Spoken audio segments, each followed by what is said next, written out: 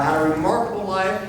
Now he's bringing that life to history in the classrooms today. We're in South Eugene High School today, and the kids just loved him. And we've been in schools all around the state. Born in New York City, a state legislator, a cowboy in the Badlands, a civil service commissioner, a police commissioner of New York City, and some believe he may have been the model for Batman. He was the Assistant Secretary of the Navy. He was the Governor of New York. He was a war hero. He was the Vice President of the United States.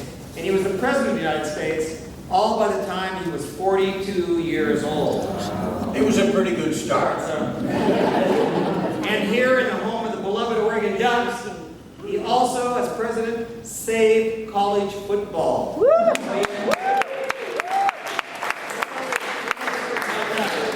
But join me in a round of applause for the 26th President of the United States, Ken Roosevelt.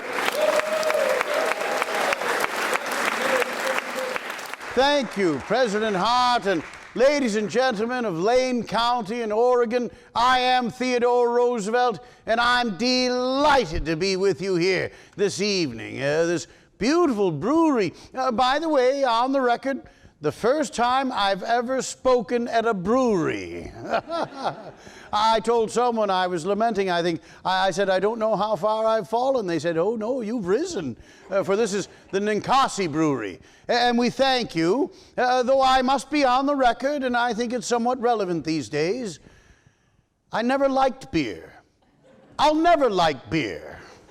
But I'm glad that you might like beer. Well, it's given you another incentive to come out and see the old Rough Rider president, the conservation president, and I hope I might be adjudged to have left my campground a little cleaner than I found it. I'm given credit for the national parks, and I often have to exercise a bit of uncharacteristic humility. For, of course, the first national park, Yellowstone, predates my administration by nearly 3 decades. President Ulysses S. Grant in a Republican Congress, making that our first national park, indeed the world's first national park in 1872. There were 5 national parks when I became your president. I was able to double the number to 10. But it took an act of Congress to name a national park. And on this issue of the conservation of natural resources, I was a progressive.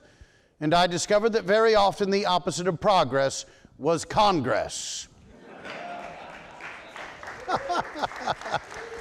Oh, they're too easy of a target, really. Some things haven't changed. I criticized the upper chamber of Congress in my day. I said that when they called the roll in Congress, the senators didn't know whether to respond present or not guilty. It was my own fellow Republican, Speaker of the House Joe Cannon of Danville, Illinois, Uncle Joe, who had famously said, "Not 1 cent for scenery." Well, you know, the parks aren't just scenery. They're the nation's wild places and playgrounds, organized on the most democratic of principles. The national parks belong to you and to you. They belong to each of us, and hence to all of us, and hence to each and to all the responsibility for passing these parks on to future generations in better conditions and not in worse. I do take great pride here in Oregon that the first of the 5 national parks I was able to wrestle out of Congress was in 1902 Crater Lake National Park. Fully. And of course, I really shouldn't get all that much credit. I very often, Mr. Timchik has often reminded me, and the park rangers do, of the businessman from Portland, William Gladstone Steele, who spent decades lobbying for the creation of that park. But how delighted I am tonight as well to meet Mr. Applegate, a descendant of O.C. Applegate and the family that did a great deal as well to spread the word about Crater Lake and preserve that great legacy for the people of the country. Mr. Applegate, fully. It's a wonder that my life and legacy are so closely associated with the open spaces of the national parks and the national forests, with the western states, and with the strenuous life that I lived and preached. For knowing your history, you may know that I was until recently the only president born in New York City, New York. Well, 1 out of 2 is not bad, right? Well, in any case, when I was a little boy growing up in the Gotham, then New York City was a city of 1 million souls.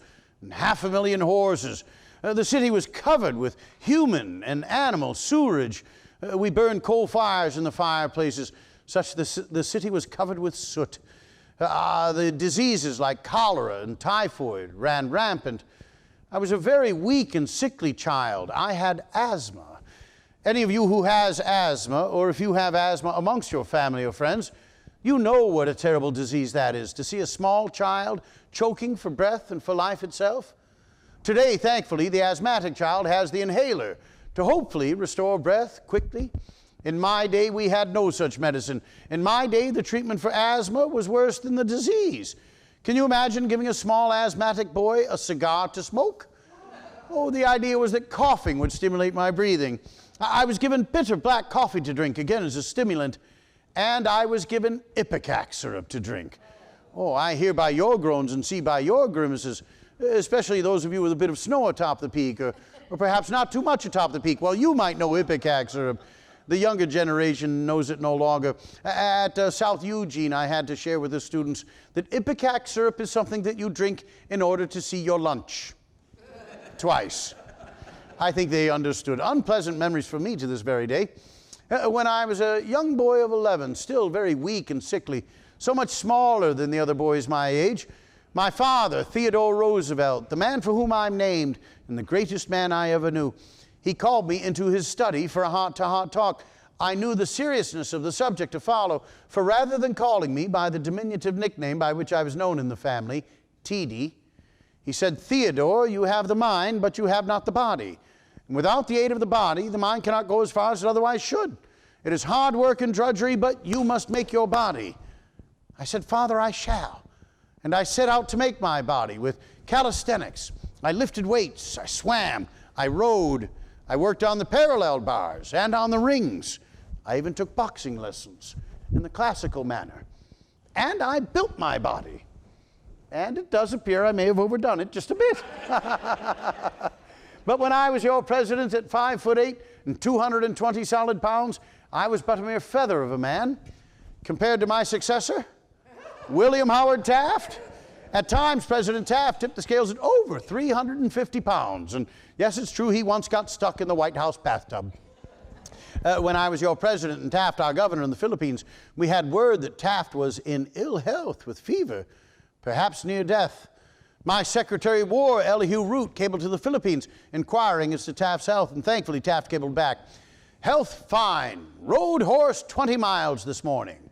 Root cabled back, "How's the horse?"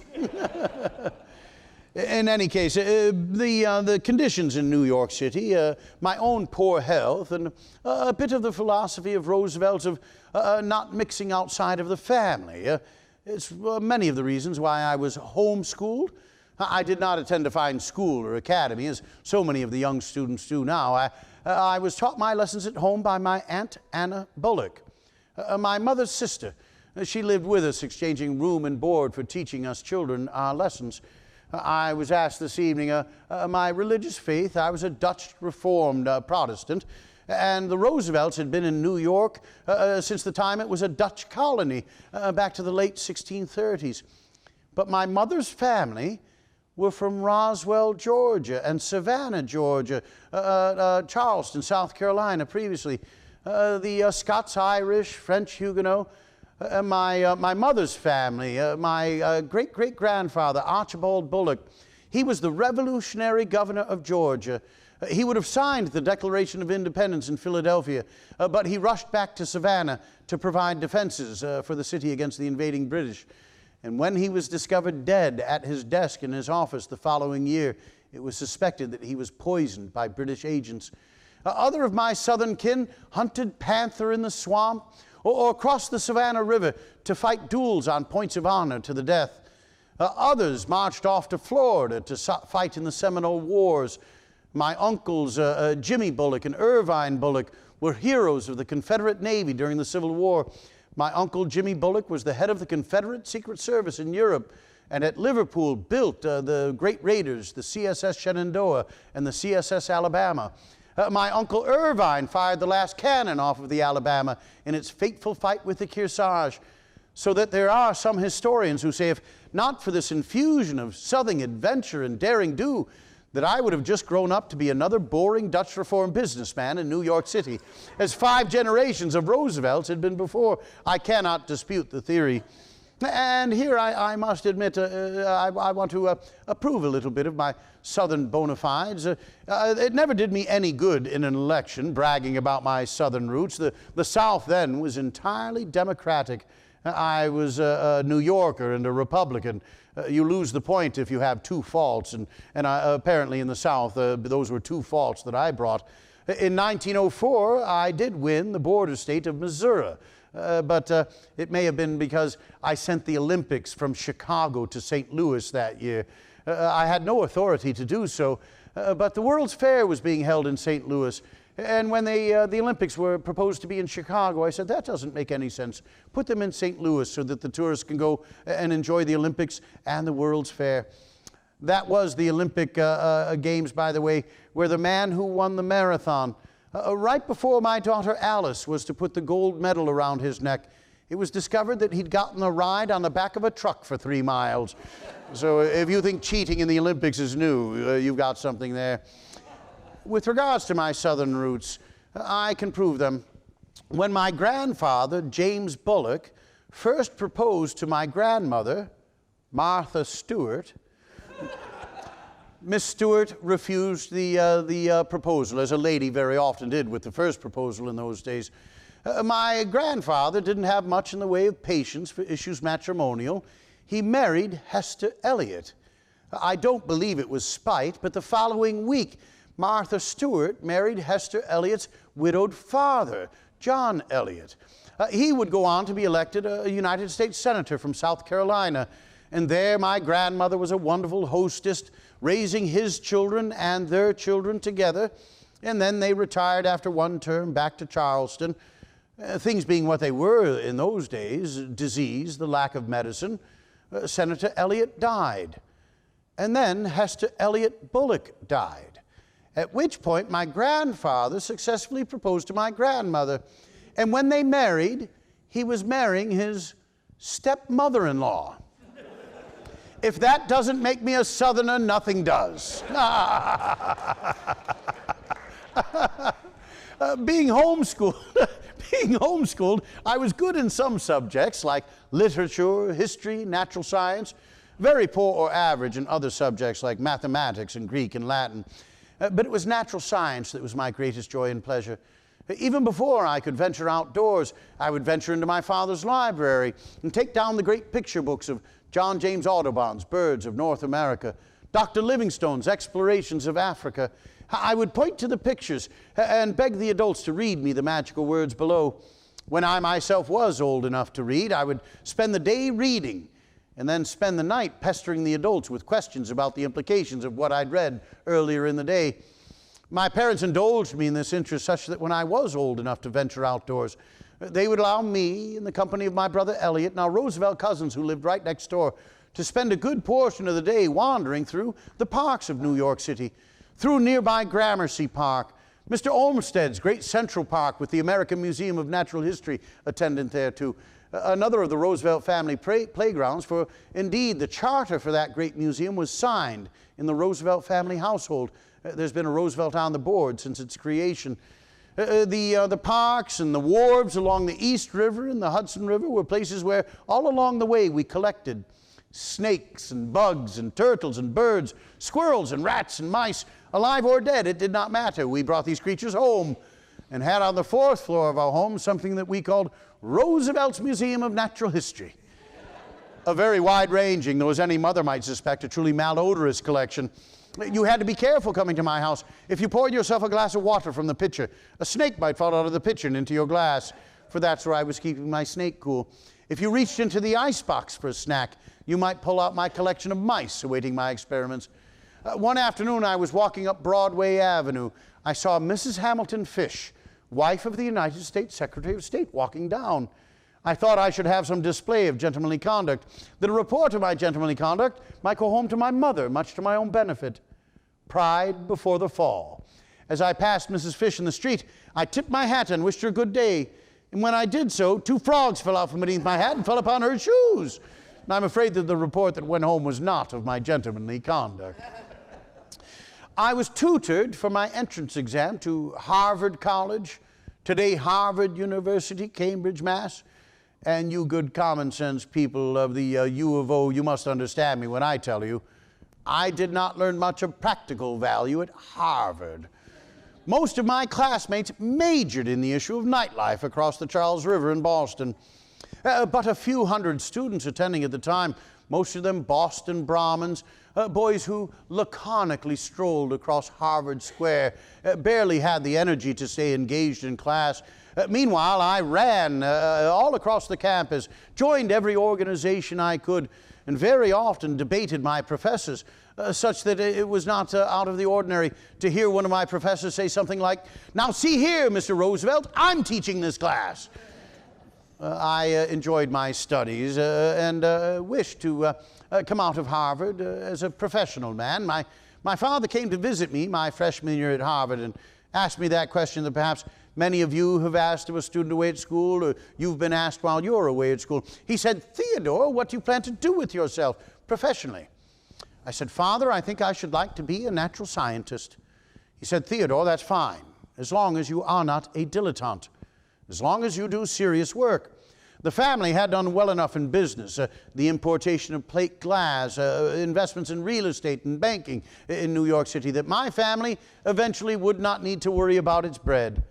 "If, however, Theodore," my father said, "you have a taste for jam and butter, you had better get about the plan for the jam and the butter." My father taught me in this issue of home economics, if I wasn't going to do remunerative work and add to the value of the numerator of life, I must reduce my expenses and thereby reduce the denominator of life and keep the fraction of life constant. My father was my dear heart's companion. In our family, we called him Greatheart. Does anyone anymore read Bunyan's Pilgrim's Progress? Second best-selling book in the United States in the 19th century, following the Bible itself. Bunyan teaches us by allegory. Greatheart leads Christian and other pilgrims past places with which we are still familiar. Vanity Fair, from which the magazine derives its name. The Slough of Despond, or the place with the men with the muckrakes in their hands. Men so busy raking up the muck and mire of human existence that they fail to look up and see that salvation is offered right before them. Hence the phrase I coined when I was your president, the muckraking press. I was not paying a compliment to the yellow journalists of my day. In any case, my father, he was indeed a man who lived the gospel. He was a founding member of the Children's Orthopedic Hospital, the first hospital in New York City to provide free surgeries to the crippled children of the day.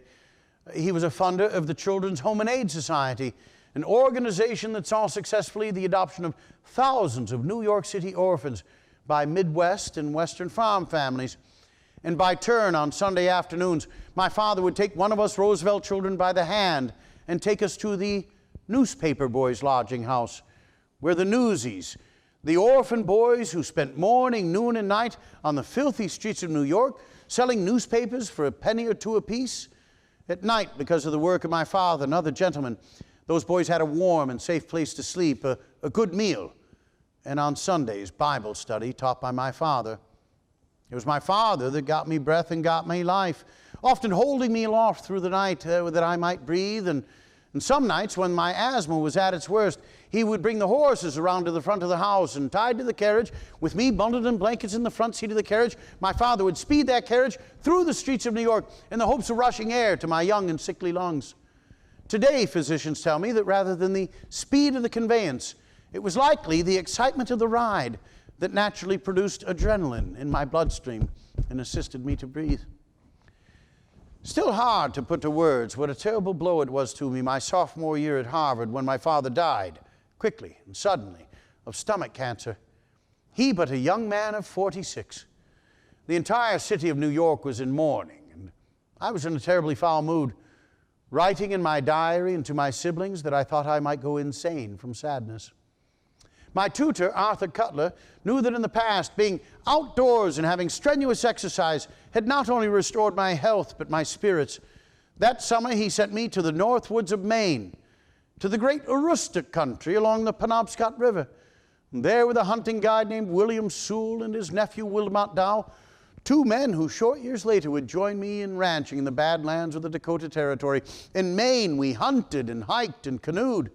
We climbed Katahdin, the highest point in Maine, famous today as the terminus of the great Appalachian Trail. We visited the lumber camps, where my vocabulary was greatly expanded.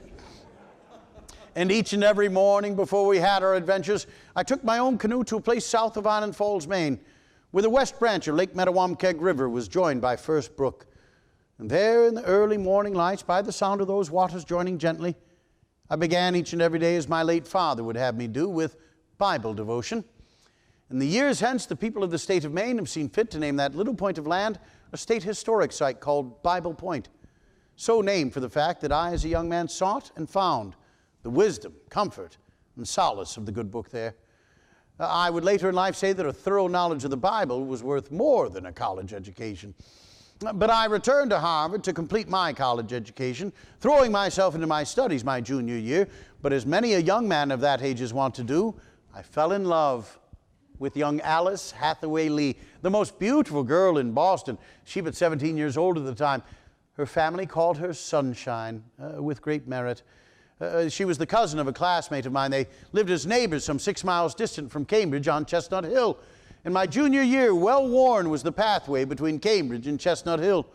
So much so that in the spring of my junior year, I proposed marriage to Alice, and she refused me. In the fall of my senior year, I proposed marriage to Alice again, and she refused me again. But it's doggedness that does it. Persistence wins the prize. Oh, today you might call it stalking.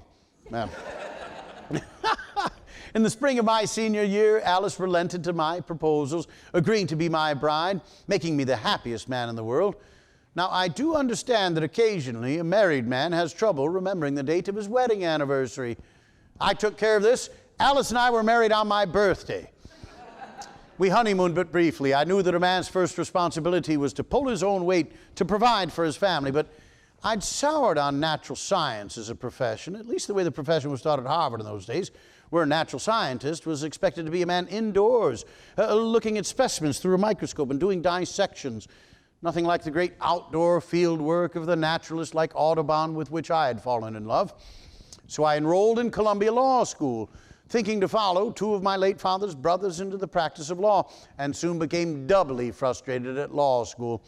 Each and every day, marching between home and Columbia Law, twice each day, I passed the local Republican headquarters, not surprisingly above the local saloon. And much to the horror of my family, who did not think politics the realm of a gentleman, I inquired about becoming involved, was embraced by the men there. They ran me successfully for the New York General Assembly. I was elected its youngest member at the age of 23. And as I left for Albany to take the oath of office, the erroneous words of one of my cousins were still ringing in my ears. He said, "Theodore, don't you understand the Greek etymology of the word politics? Poly meaning many, and ticks being blood-sucking insects." Off to Albany I went, where I was soon known as the Cyclone Assemblyman. If I may, a bit parched, not to fast forward through history too much, but the toast of the 1st United States Volunteer Cavalry, the Rough Riders, and this in honor of the members of the board of the Lane County Historical Museum. To the officers, may the war last long enough that we're all either wounded, killed, or promoted.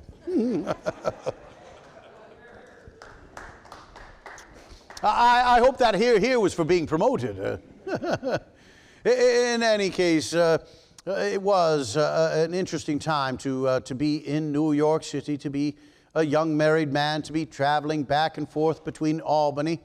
We were elected to one-year terms at those times, and I was elected to 3 one-year terms. And following my 3rd election, my fellow Republicans ran me for the speakership. It was a foregone conclusion. The Tammany Democrats were in the majority, but I became the minority leader, the Republican spokesman in the House. And so many of the dust-ups in New York then were written about being between the Cleveland Democrats, Grover Cleveland, our Democratic governor, a future president of the United States, and the Roosevelt Republicans.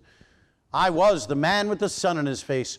Happy indeed in great part because life offers no greater reward than working hard at work worth doing.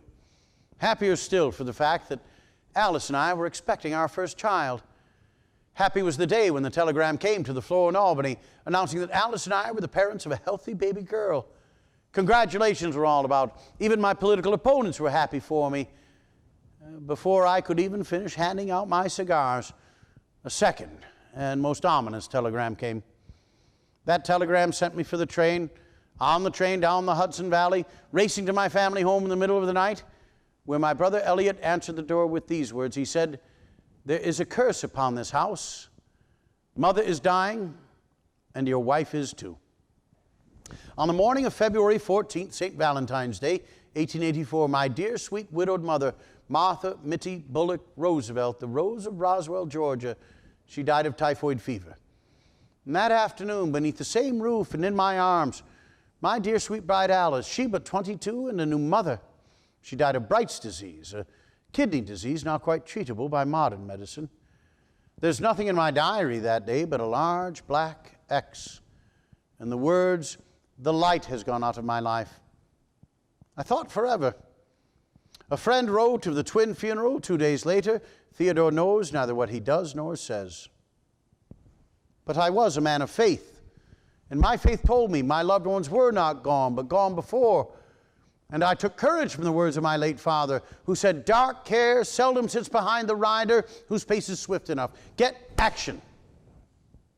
Action I got. I had the baby named Alice for her late mother, cared for by my sister Anna, known as Bammy in the family. I returned to Albany, threw myself into the work of my committee, some nights spending the night sleepless, turning out 7 or 8 handwritten bills a night.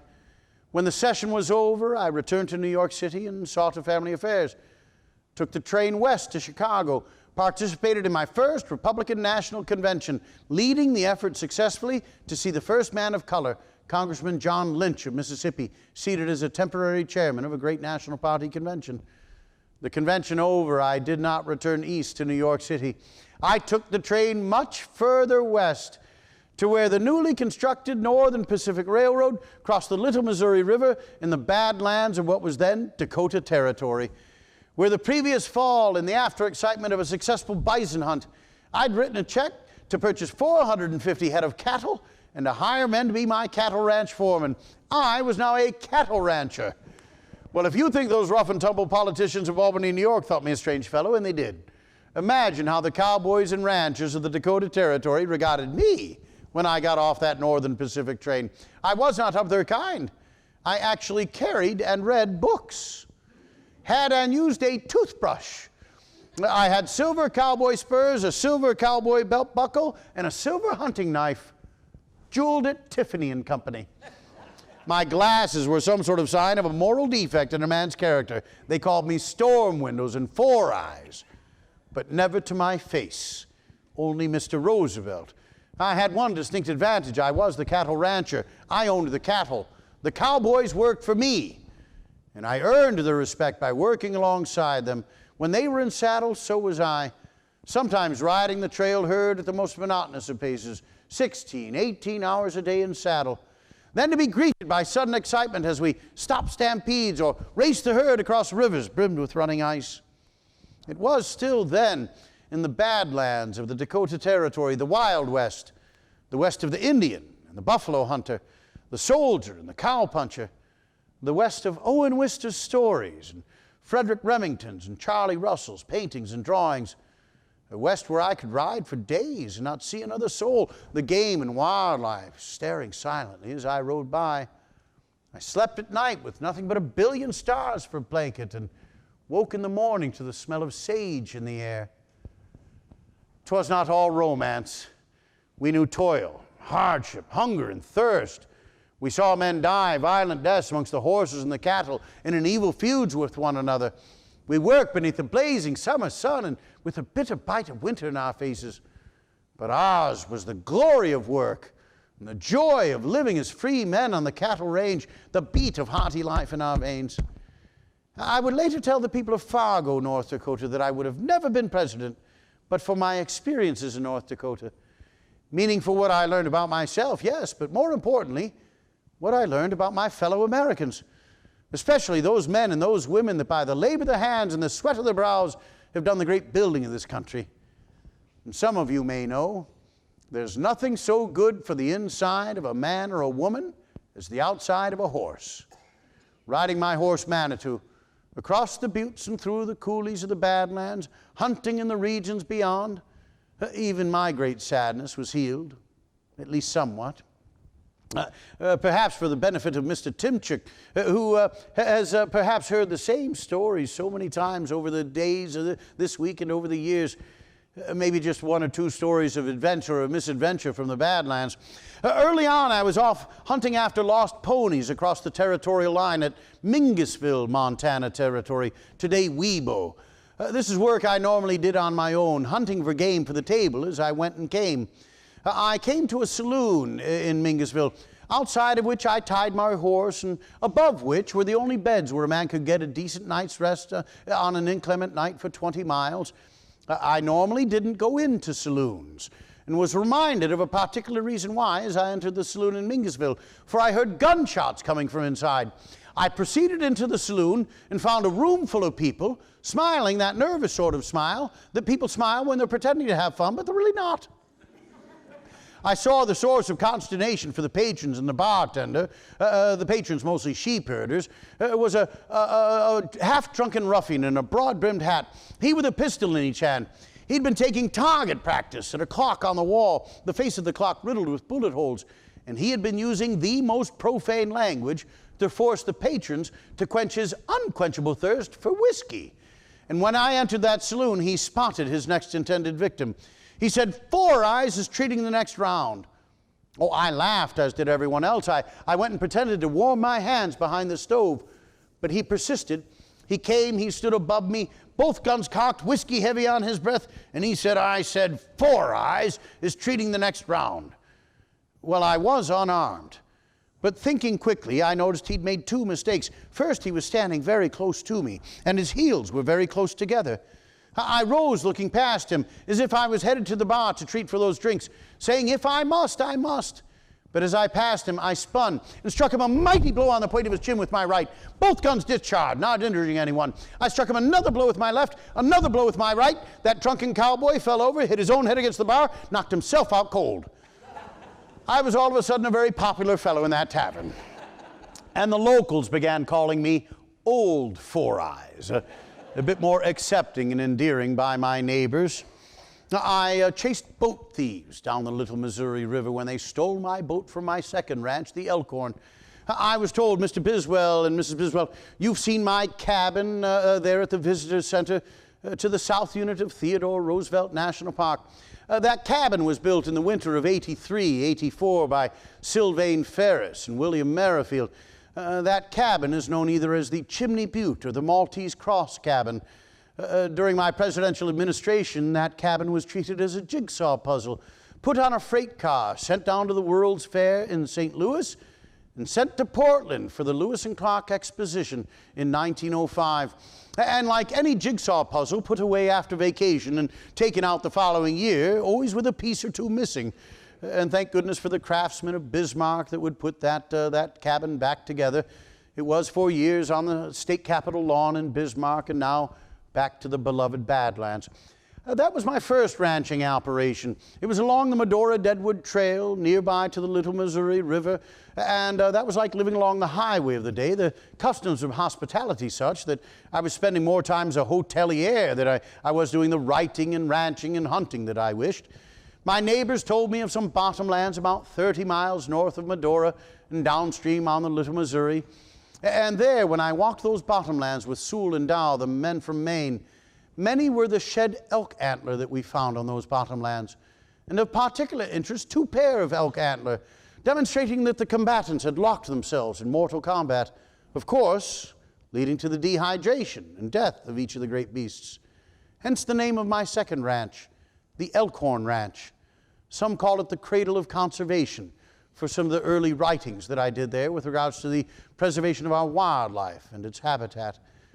In any case, some of you also know there's nothing so good for the inside of a man or a woman as the outside of a horse. And riding my horse Manitou across the buttes and through the coulees of the Badlands, hunting in the regions of Montana, Wyoming, and Idaho beyond. Even my great sadness was healed, at least somewhat. I would write my sisters back in New York City, bragging that I was as hard and as brown as a hickory nut. And on returning to New York City to see to family affairs and to avoid some of the bitterest of the Dakota winter, lifelong friends would walk right past me on the streets of Manhattan, not recognizing me for the physical transformation that had overcome me there. In my letters to my sisters, I instructed them that when I visited, under no circumstance should my old childhood sweetheart, Edith Caro, be anywhere about. Oh, I was a Victorian. I did not approve of second marriages. I did not want to be tempted. And thank goodness, sisters don't always do what brothers ask them to do. On one return visit there in the parlor was Edith. We began to see each other socially, became secretly engaged. And nearly 3 years after my first wife's sad passing, Edith and I eloped and were married at St. George's, Hanover Square, London, England. Returning to the United States, 9 months and 1 week after the wedding, Ted Jr. was born. The first of 5 children Mrs. Roosevelt and I would have together. We took the baby Alice back into our care, breaking my sister Bammy's heart. Fast forwarding through history as we must this beautiful evening, I wonder if you realize in later years at the White House, Mrs. Roosevelt and I reared 6 children there. Mrs. Roosevelt claimed she reared 7 children there, and that I was her worstest and most terrible child. Oh, I worked hard for the American people for what I called the square deal. And I said, when you work, work hard. When you play, play hard. When you work, don't play at all. But when the work day was over, I played hard. I did not have a kitchen cabinet of informal advisors like President Jackson. My informal advisors were known as members of the tennis cabinet. By invitation at the end of the workday, members of Congress, diplomats, and Army and Navy officers would come to the White House, and we would play lawn tennis on the south lawn of the White House. In the White House, I boxed with Army and Navy officers, with former heavyweight champs like John L. Sullivan. I wrestled jiu-jitsu and sumo with great bare-chested men brought over by the Japanese ambassador. And I played single stick. Sir, have you ever played single stick? It's a delightful game. Think of Friar Tuck and Robin Hood, where men beat each other about the head with a giant wooden fence post. Great bully fun. Entirely understandable if a man has played the sport and can't remember. The game I enjoyed most, though, was an outdoor game, a hiking game, a game that we called Point to Point. A game we played in Oyster Bay, Long Island. You can visit our home now, Sagamore Hill, a National Historic Site ably administered by the Park Service. The way we played Point to Point in Oyster Bay was to first spin a small Roosevelt child around at Point A. And wherever that dizzy child came to rest and pointed, beyond the horizon was some imaginary Point B, towards which we raced in single file. The rule being that whenever you came to an obstacle, a downed tree, a creek, a cliff, a barn, a haystack, you never went around the obstacle, but always and only over it, under it, or through it. Oh, it makes for great dirty fun. We should really play it here at Eugene. I imported this game to Washington, D.C., and played the game with members of Congress and diplomats and with Army and Navy officers that showed themselves entirely too unfit physically to keep up with a fat asthmatic president racing through the woods. The most famous of my point-to-points was with the French ambassador, Jean-Jules Jusserand. Ambassador Jusserand came to the White House obviously disregarding the part of the invitation that said, "Wear your dirty clothes." For he arrived wearing the finest French silks of the French court. Off we rode our horses to Rock Creek Park, dismounted, raced through the park for several hours, eventually coming to Rock Creek itself, which was in freshet. This was a very wide, deep, and fast-running portion of the creek on this day. The French ambassador looked greatly relieved. He'd sweat through his clothes. He thought certainly this was our terminus, that we'd finally return to the White House for some well-earned refreshments. But I turned to the gentleman with me and I said, "Gentlemen, let us take off our clothes, put the bundles atop our heads, swim across the river, put our clothes back on dry, and continue our hike in the cliffs opposite." Can you imagine such a thing today? I think CNN would go live from a helicopter. As we entered the water, I saw that the French ambassador, while he had disrobed, he'd kept on his lavender kid leather gloves. I said, "Mr. Ambassador, why have you kept on your gloves?" He said, "Monsieur President, that's in case we meet any ladies." Fashions have changed a great deal along the waterfront, have they not? I don't believe any president ever enjoyed himself in the White House as your president as much as I did. Certainly no family ever enjoyed themselves more than the Roosevelt family. 6 children, most of them small. But the head White House usher, Ike Hoover, he wrote of the Roosevelt years, He said no person with a nervous constitution should be working at the White House. The older children would jump out of vases just as visitors walked by in the hallway, and the younger set would come careening down the White House staircase, riding cookie trays stolen from the kitchen. My daughter Alice was 17 when we entered the White House, and her behavior was scandalous. Alice smoked cigarettes in public. She flirted with Army and Navy officers. When the White House punch was discovered spiked, we knew who the culprit was. Alice kept a snake in her purse and introduced the snake as Emily Spinach at diplomatic dinners and receptions, sometimes wearing that little green snake as a bracelet around her wrist or a necklace around her neck. Oh, I tried. I put my foot down. I said, Alice, no daughter of mine will smoke beneath my roof. Alice was often seen smoking on the White House roof. During one afternoon conference with an old friend, Alice continuously and exuberantly interrupted. Finally, in exasperation, my friend said, Mr. President, can't you control your daughter Alice? I said, sir, I can either run the country or I can control Alice. I cannot possibly do both. Alice was famously married at the White House to Congressman Nicholas Longworth of Cincinnati, Ohio. He, in the future, a Speaker of the United States House of Representatives, the Longworth House Office Building, his namesake. And the wedding was a great success. Your grandparents may have played the wedding waltz, Alice's Blue Gown. The color Alice Blue, not unlike the color of your shirt, Alice. That was very popular in women's fashion and home decor. And, of course, Alice outlived all of her younger siblings, living to the age of 96, well into the administration of President James Earl Carter.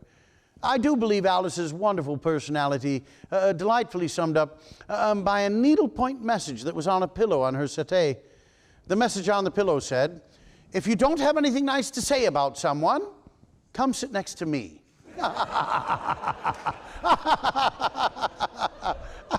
I think we all know someone like Alice, or at least we should. Contrasting sophisticated Alice, on the other end of the family spectrum were the youngest boys, Archie and Quentin, 7 and 4 years old or thereabouts when we moved into the White House. As the boys grew, so did their mischief. They and their friends, known as members of the White House Gang, so named by the members of the Washington, D.C. police force and the Secret Service, who were so often the targets of their shenanigans and their spitballs. One story illustrative. In the middle of winter, after a heavy midwinter snow, I left the White House for an appointment. I ascended an open-air carriage. As I did so, one Washington, D.C. police officer gave me a crisp salute. And as the tips of his fingers hit the brim of his helmet, so did a giant 30-pound snowball drop from the White House roof. The snowball smashed through the officer's helmet and left him knocked out cold in the driveway. I did not need to investigate. I turned over my shoulder. I said, boys, get down here immediately. Down the little boys came. They apologized profusely. They meant to frighten us for fun, not to harm anyone. I looked into the issue and I discovered that officer was long overdue for a promotion. The Roosevelts enjoyed themselves, the entire family, in great part because the Roosevelt White House was a veritable zoo, a menagerie of animals, like you, cats and dogs, perhaps horses. I wonder if any of you at home has a pet badger? I do not recommend it. Our badger, Josiah, did terrible things to the people's furniture with its 3- and 4-inch claws. We had a one-legged rooster and a parrot that on command shouted, hurrah for Roosevelt. Rather partial to the parrot myself. The children, the boys, would play with snakes and lean over a balcony and drop a snake onto the lap of a congressman waiting outside my office. I normally didn't protest. Given the characters in Congress, this was something akin to a family reunion in some cases. The most famous of the children's pets was the calico pony Algonquin. We had stables next to the White House in those days. Mrs. Roosevelt and I went out riding nearly every evening when I was home. And one morning, Quentin, the youngest, brought the pony Algonquin, muddy hooves and all, into the front door of the White House, down the hallway, into the freight elevator, up the freight elevator to the second floor, down the hallway, and into his brother Archie's bedroom. They were rather easy to track and discover. Asked why he brought the pony into the White House, Quentin explained that his brother Archie wasn't feeling well, and he knew that he would feel better if he could just see his favorite pony. I can't explain the science or the medicine of the thing, but Archie did get better. Not easy to let go of such a life at the White House. Not easy for me to let go of the powers of the presidency.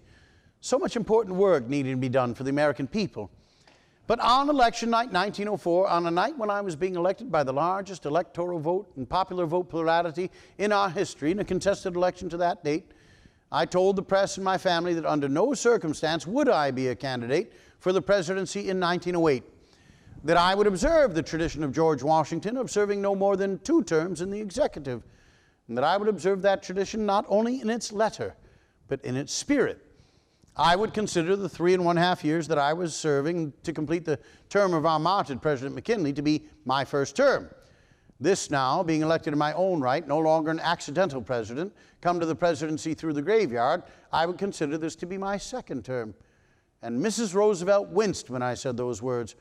And later that night in private, my most valuable counselor said, "Theodore, that was not a very wise thing to say."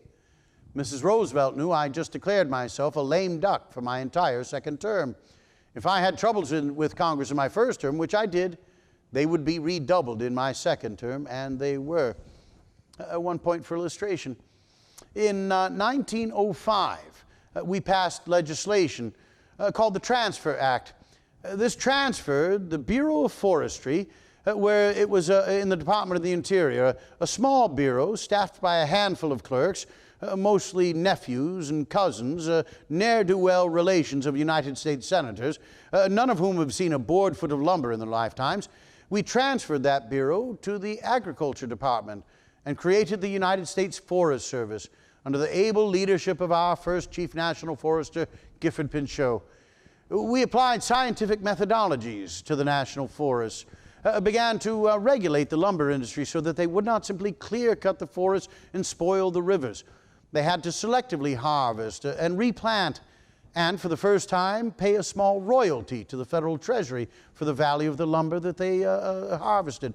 Oh, of course, you can imagine the lumber industry bristled at this increased federal involvement, at indeed the rapid pace with which I was adding millions of acres to the national forests. And so your Republican senator, Senator Fulton, attached an amendment in 1907 to the Agricultural Appropriations Bill. This amendment, successfully adopted, stripped from me and all future presidents the executive authority to name any more national forests in Oregon, Washington, Montana, Idaho, and Wyoming. I had to sign this bill. But each and every night before the deadline for the bill came, Pinchot came to the White House. We burned the midnight oil, studied the Western surveys, and the night before I had to sign that greater bill, I signed into existence 16 million more acres of national forests in these selfsame states. And they are still known today as the Great Midnight Forests. Congress turns handsprings in their wrath, and the aforementioned Speaker of the House, Joe Cannon, said of me, "President Roosevelt has as much use for the Constitution as a tomcat has for a marriage license." I said the Constitution's made for the people, not the people for the Constitution. There is no more nobler sport than fighting for the right as you see the right to do and as you see the right to do. And shame upon us if we think there's some litmus test that we must agree upon every fine point of public policy. The Constitution itself is a bundle of compromises. And public men and public women must compromise if they're to accomplish anything of merit in the public square. Remember, it was of my own fellow progressives that I said every forward-thinking movement has within its ranks the lunatic fringe. Well, whether that lunatic fringe is on the far left or the far right, do me a favor and avoid it.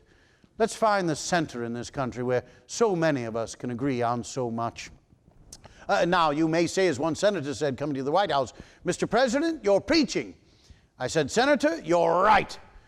And the presidency is a bully pulpit, too." Another of the many phrases I've left to the American political lexicon. I hope I left my campground cleaner than I found it.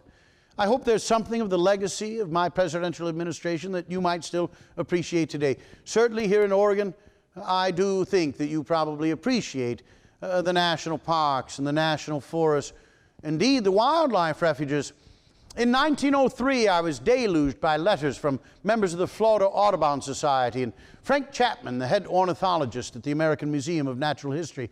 And they explained to me that for another season, millions of nesting birds would be slaughtered and their nestlings left to starve.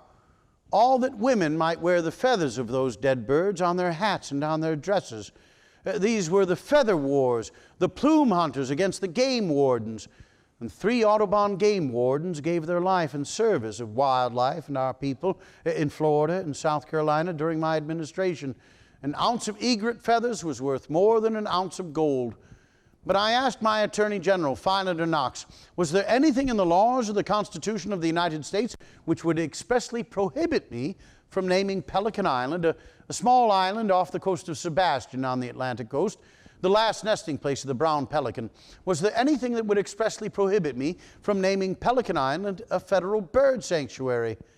My Attorney General hemmed and hawed and said, there's no express prohibition. I said, I thus declare it. The first of 51 bird sanctuaries declared during my administration, now known as the first 51 National Wildlife Refuges, and they include 3 Arches Rock, Lower Klamath Falls, and Malheur National Wildlife Refuge right here in beautiful Oregon. Fully.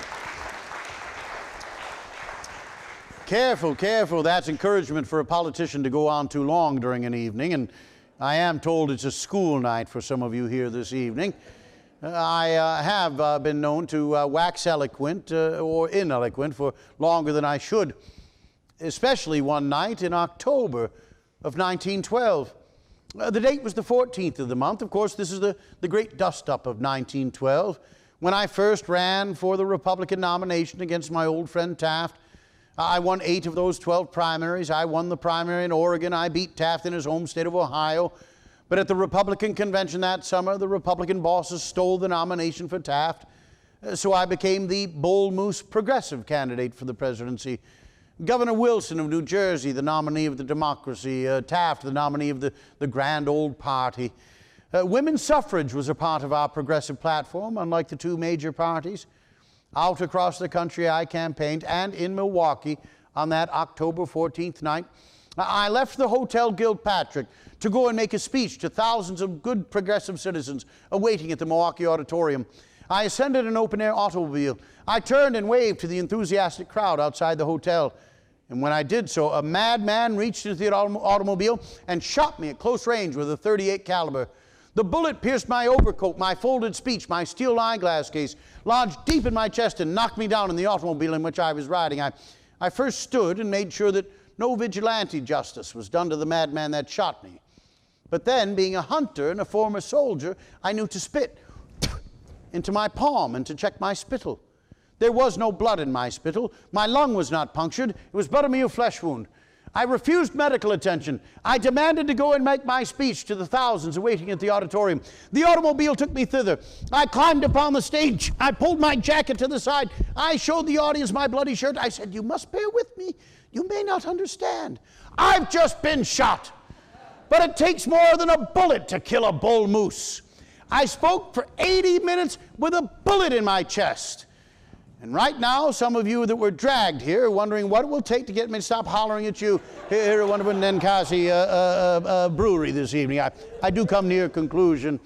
It's hard to let go of such a wonderful audience. And thank you for your support of the Lane County Historical Society. And again, I must probably exercise a bit of uncharacteristic humility and inform you that I probably am no longer best remembered for success and achievement. Not for 230 million acres of public lands protected, not for what I thought was the greatest of the Roosevelt administration accomplishments, a little bit of ditch digging down in the Central American Isthmus, the Panama Canal. It was your own namesake battleship, the USS Oregon, that during the Spanish-American War took 67 days to make it from San Francisco all the way around the Southern Cape and nearly missed the war in Cuba. Not unrelated, the steaming around the world of the Great White Fleet, 16 battleships painted white, the color of peace, and in circumnavigating the globe, accomplishing what no Spanish, Dutch, or English armada had ever accomplished, and demonstrating to the powers of Asia and Europe that the United States Navy could do in peacetime what might be necessary to do in wartime. The maintenance of American sovereignty, the first and foremost of the responsibilities of our federal government. No, indeed, I don't think I'm remembered for the Pure Food and Drug Act, federal meat inspection, railroad rate regulation, trust busting. No, I think I'm probably best remembered for the legacy of a failure. A failed bear hunt in Onward, Mississippi in 1902. We'd been 3 days in the cane brakes of the Mississippi River Delta and had not even seen a bear. in great part for the fact that my friends from Mississippi and Louisiana attempted to outdo one another with regards to the expression of Southern hospitality. Those of you who are sportsmen or sportswomen, you understand, you can either have a great hunt or a great picnic. You generally cannot have them both at the same time in the same place. I'm sure we scared every bear out of the Delta by that third night. On the third night, the famous hunting guide Holt Collier, he from Greenville, who in his youth had been a slave, body master to his servant during the Civil War, and after the war as a free man, the most prolific of the bear hunting guides in the Delta. He came into camp and said, "Mr. President, I shall have you a bear by morning if I need to bring it into camp on the end of a rope." We all laughed. The next morning, before dawn, Collier and I were out early, but we found no trail, no spoor whatsoever, returning to camp. Well, later I heard men yelling and dogs barking. I raced out from my tent, and there indeed, Mr. Collier had tethered an old wounded male bear to a tree. The bear was greatly wounded on its chest. Hunting dogs had attacked the bear. The bear killed 2 of the hunting dogs. Mr. Collier, wanting to save his prize hunting dogs, but fearing to fire his rifle for fear of harming the dogs, he went into the shallow water in which the bear and the dogs are wrestling, and he broke the barrel of his gun across the bear's head. The bear was bleeding from a great gash and wound on its head. When the bear was dazed by the blow, Mr. Collier tied one end of his lariat around the bear's neck, dove and tied the other end to a tree. And this horrific scene was the scene upon which I came rushing from my tent. My horror compounded when one in my hunting party said, "Mr. President, there's your bear. Go ahead and shoot your bear." What a cowardly thing that would have been to do, to shoot a wounded and tied animal. I had founded Boone and Crockett, the nation's first fair hunting and conservation organization, a decade and a half before. I refused to shoot that bear. The cartoonist Clifford Berryman, as the story spread throughout the country, hearing that story, he drew a cartoon of the incident, called it "Drawing the Line in Mississippi." The cartoon showed me refusing to shoot a small bear cub tied to a tree. And for Mr. Berryman, that little bear cub became a symbol of my presidential administration for several more years of political cartoons. When I returned to the White House, I received there a letter from the Michtom family. They eventually the Ideal Toy Company of New York City, New York. Mrs. Michtom, in her letter to me, asking permission to make a stuffed bear and to name it after me. I wrote back, I said, "You may go ahead and do so, but I don't think it will help your sales very much at all." I wonder if any of you have known the love and comfort of what then was called Teddy's bear, with the apostrophe possessive S. How many of you still have your teddy bear? Oh, up with your hands, men. There you are. Real men have teddy bears. I see some of you ladies have married your teddy bears. That's the way that works. The toy manufacturers, enthused by the unexpected profits that came from the sale of Teddy's bear, they thought they might equally profit if they made a stuffed animal in honor of each and every subsequent resident of 1600 Pennsylvania Avenue, the White House. But I'm afraid in honor of President William Howard Taft and for the toy manufacturers, America's mothers never really took kindly to putting Billy the Possum in with the children at night. Can you imagine such a horrid buck-tooth thing frightening the children? The teddy bear reigned supreme. A bit of a wonderful surprise for most of you, I think. This particular teddy bear, well, he's been bouncing around with Mr. Timchuk and I must admit, I think he's heard all of my stories too. He'd like to jump off and stay here in Lane County. And with the wonderful support of our friends at the Lane County Museum, they've given me permission to live auction the bear this evening for the support of the wonderful work being done by the museum. Now check with your accountant. I do believe that since they're a 501c3 not-for-profit organization, you can write this off your taxes. But I wonder if in the spirit of tonight's wonderful program, oh, and Mr. Timchuk? It also comes with a free $100 membership to the Oregon Historical Society. That's a one-year annual membership, $100 value, the teddy bear, and we'll have a picture if you buy the bear. Who's feeling generous tonight for, say, $50? $50? Well done, Alice. $50. 75? 100. We're up to 100. Well, I won't assume that everybody's as wealthy as my good friend there, but how about we'll go a little step at a time? 125. 125. Give him a little run for his money. 125. We've got 100, 125 going once. 100, 120. Oh, Alice, are you in for 125? You don't wish to bid against Alice. 150? 125. You bid 120. Oh! Are you driving home together, you four? Apparently not. 150. 150, sir. 175? 175. 2. 2's a nice round number. 200. I got 175 looking 200. Well done, Alice. 225, 250, 225 looking 250, 225 looking 250, 275. He's got a good little motion on that right arm. 275 looking 300. Teddy bear, annual membership OHS, picture with Teddy. 275 looking 275 looking 300. 325, 325, 350, 350. Boy, I wish I had a second teddy bear tonight. 325 looking 350, 325 looking 350, 350, 375, 375, okay. 400, that's a nice round number. 400, 400, 375, 400, looking for 370. Madam, did you just scratch yourself? Are you in on the bidding now at 4? You're not. 375 looking for. 375 looking for. That reminds me of a story when I was a little boy. 375 looking for. 375 once. 375 twice. Sir, thank you for your generosity. $375 for the Lane County Museum. Thank you very much, sir.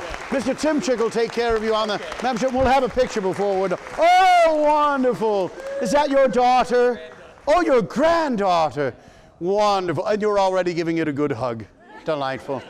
I can't think of a better way to close the evening except for the fact that I was the first president to make permanent office space available for members of the press at the White House. Something I'm sure many of my successors deeply regret.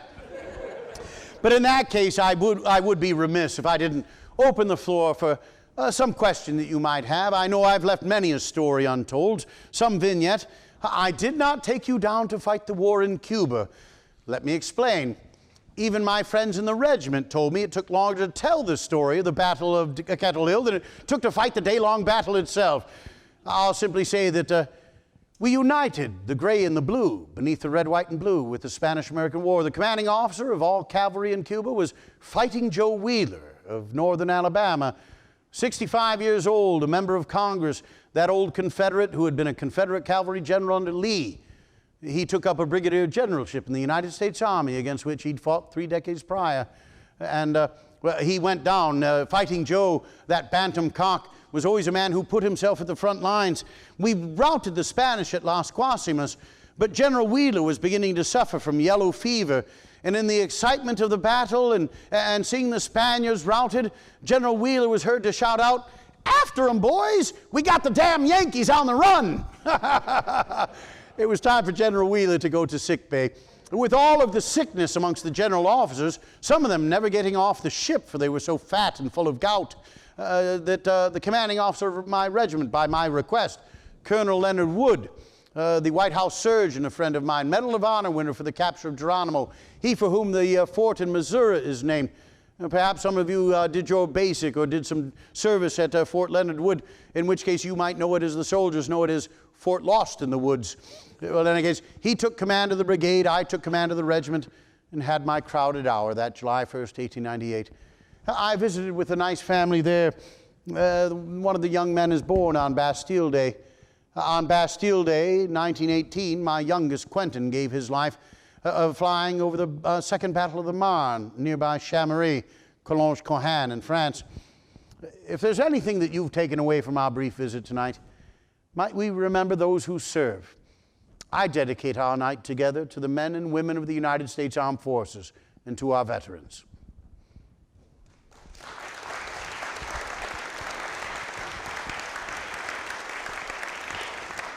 Anyone at all? Mr. Timchick. College football story. Good story. You did. Of course, I didn't play football myself. My vision was so poor. I liked to box and wrestle. I liked the physical sports, but I loved football. But football was a very different and a much more violent game during my presidential administration. Each and every year in the early years of my administration, 10 or 12, 15, a score or more young men were being killed or grievously injured with fractured necks and crushed skulls. For the game was very different. It was a violent scrum. It was just 5 yards for a first down. The forward pass was illegal. There was a play called the flying wedge, a play by which the offense could start at a 20-yard distance from the line of scrimmage, at which the defense was required to stand still. And the offense, in the form of a wedge, with the biggest and strongest players at the point of that wedge, would come running and smash into the defensive line at what they assumed to be the weakest point of the defense.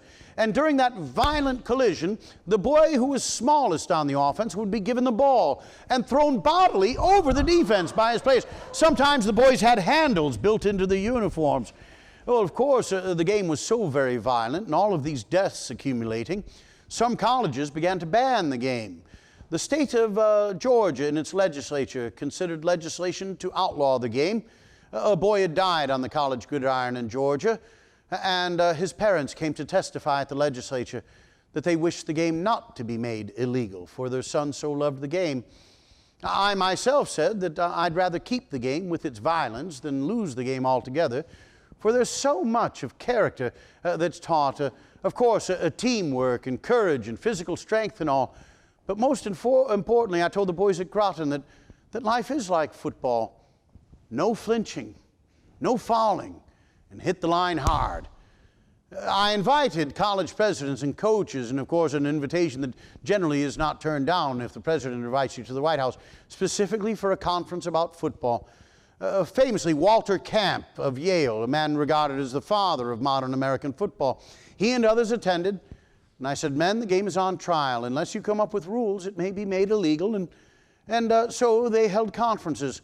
And the following year, in 1906, they founded the National Collegiate Athletic Association based on these new rules for football that increased the first down to 10 yards and made the forward pass legal. The modern game that you see spread out from sideline to sideline on the football field is a result of that White House conference in 1905. And if you're a fan of the Ducks or another football team, or if you know someone who is a football fan, I don't get any royalties, but a Wall Street Journal writer named John Miller wrote a wonderful book called The Big Scrum, How Teddy Roosevelt Saved Football in America. So I didn't say it first, but I'll second the motion. Please, anyone at all? Sir, please. And this nice man came to the show in Portland on Monday night and is attending for the second time. I hope I put a news story in there for you as well, sir. Your question or comment? Do you attend the 1904 World's Fair? What did you think of it? Oh, very interesting. Did I attend the 1904 World's Fair? That's a very good question. I don't believe so. No, I did not. I think it was. Alice was the designate of the family to attend the fair. I didn't attend the Olympics. I didn't attend the fair. It was a very busy time. We talked briefly about the Russo-Japanese War, the Treaty of Portsmouth. Well, already we saw on the horizon this conflict between Russia and Japan, these two great empires. And this, with the election of 1904, with troubles in Asia on the horizon, I think I was a bit too busy to attend the fair. Nor did I attend your wonderful Lewis and Clark. I did, however, in the White House, turn a golden key that sent an electronic message out here that lit up all the lights out at the exposition. But I'm going to double check my itinerary for 1904. I'm going to come quickly, and you were so generous in bidding. Sir, your question, please. Well, I hope this doesn't turn the conversation in a sad direction, because I have so much respect for all you have done. But boy, don't you feel the bait is being put in the trap? On the question of Panama and the events in Panama, setting aside for a moment whether it was justified, what the source of the revolution might have been that needed to be quelled, you famously said something to the effect of, while Congress debated the War Powers Act, I took Panama. Did it ever occur to you that that might be a precedent-setting event that future presidents might use in a way that is not so noble? An interesting, nuanced question you present, sir. Of course, the War Powers Act postdates my administration greatly. What I said was that I took Panama and I let Congress debate me. Sir, it was necessary for the future welfare of all of humanity to dig that Panama Canal. The Colombian government, which was itself overthrown through revolution, they were jackals in charge of the Colombian government. And I wasn't about to let thieves and jackrabbits stand in the way of the progress of Western culture and humanity. I have no regrets whatsoever. I took the Panama Canal. Bully. Right here, sir. After you made your trip to Chicago convention, you went out to the Dakota Territory. And I'm sort of curious to know what your take is. How did the Dakotas end up with 4 senators? Oh, interesting. Of course, it was all one Dakota territory, but came into the Union in 1889 as North and South Dakota. Well, maybe because we were likely to be more Republican than Democratic at that time. There's a corollary, you know, that there was a movement to bring Arizona and New Mexico into the Union during my administration. But it was thought that those 2 states, if brought into the Union, would elect 4 Democratic United States senators. So as a compromise by Senator Albert Beveridge of Indiana, there was something called bistatism.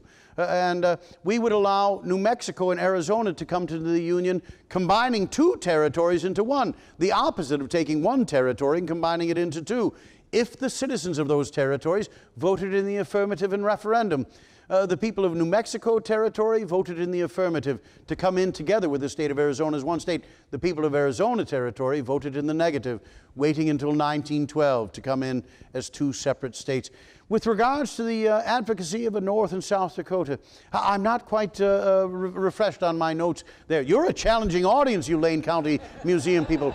Right here, sir. 2 topics that are timely right now. Perdicaris and White House spelling report. Do you have anything to say about either of those? Well, Perdicaris, this is an American who was kidnapped in Morocco by Razuli, a mountain pirate.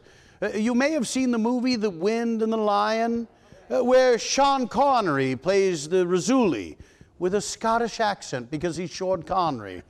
Now, Perdicaris was an old man that we assumed to be an American, but it turned out after he was kidnapped and after we began to ring the alarm bell and send the Navy to the Mediterranean, it turned out that we investigated and discovered that during the Civil War he had renounced his American citizenship, taken back his Greek citizenship in order to avoid the draft during the Civil War.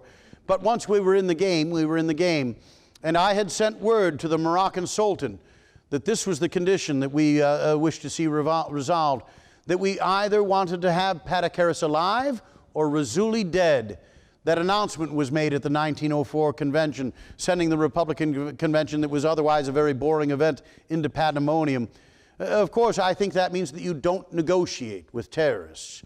Secondly, spelling reform. Oh, I thought that we should simplify American spelling. The word enough. Why is it E-N-O-U-G-H? Wouldn't it be enough to spell it E-N-U-F? So I had a long list, hundreds of words that I thought should be simplified. I required by executive order that the federal government adopt my spelling. Well, apparently the New York Times style book has more influence. The newspapers ridiculed me and made fun of me.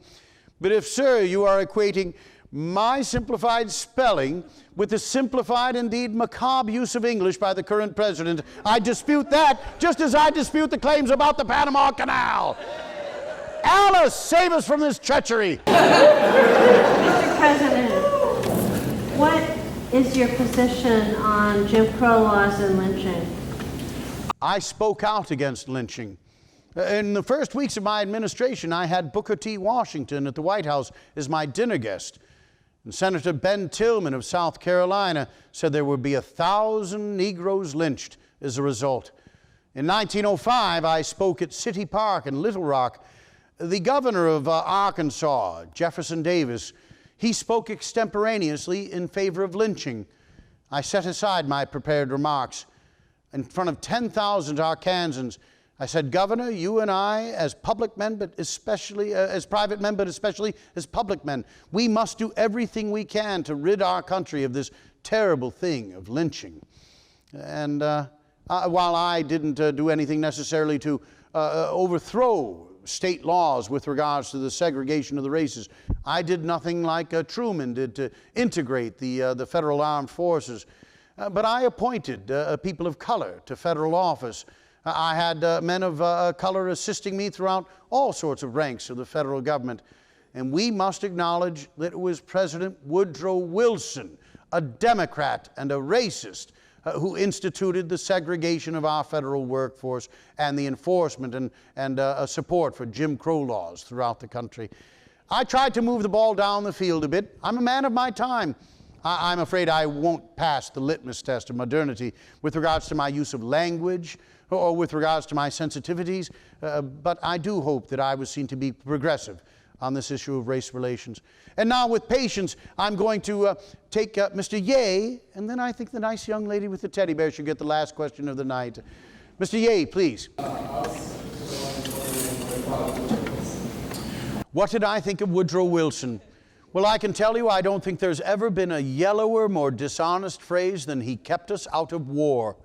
His re-election phrase in 1916, we went to bed that night thinking that Charles Evans Hughes had won the presidency, and I'd come back into the Republican fold believing it so important to defeat Wilson that I would support the Republican nominee. I turned down the progressive nomination in 1916. It was the death knell of that nascent third-party effort. I don't believe the United States should ever again elect a college professor as president. And Miss, please, anything that you'd like to know. I want to go to New York City. Where would you recommend I go? Go to my birthplace at 28 East 20th Street. Oh, it's a delightful museum now. Go to the American Museum of Natural History. It's a wonderful playground. You can see they actually have some of my birds collected in my youth. An Egyptian plover taken along the Nile when I was a boy of 13. I've got a great equestrian statue outside. I'm on top of that statue, riding on horseback in my uniform. Before a decade is gone, I think that we're going to remove that statue because when it was erected in the 1930s, well, it was the idea of the white man's burden, and I'm revealing the wonders and blessings of Western civilization to a character portraying a Native American and to a character portraying an African native. Well, of course, I don't know why we can't just explain why that statue was made at the time it was, but instead it'll be taken down and put away. And so, say goodbye to that statue maybe as you visit, but go downstairs in Roosevelt Hall. There's a new statue. I had the pleasure of being the body model for that statue, and like any good model, I tried to skinny up before sitting for that. It's a seated Theodore Roosevelt. I'm wearing my trampabouts. It's based on a picture taken of me at Yosemite when I tramped with John Muir in 1903. And the reason it's seated and on a bench is that so fun young people like you can come up and rub my nose and put headphones on my ears and a silk cap. But maybe you can take a picture not only with me tonight, but with my likeness at the American Museum of Natural History. Are you going to New York City? You went? Oh, delightful. Go back again and enjoy Central Park. Boy, even in Central Park, one can believe that one is in nature. I said it was just as important for a child to have, in a big city, to have access to a good public park as to a good public school. And now, if I may, I beg your indulgence. We'll take time for pictures, but first, 3 cheers for the Lane County History Museum. Hip, hip, hooray! Hip, hip, hooray! Hip, hip, hooray! Bully for Lane County. Thank you so very much. Thank you very much. Would you like to make a remark? Right here. Folks, thank you for coming. Thank you also very, very much. Godspeed. God bless Oregon. Bully.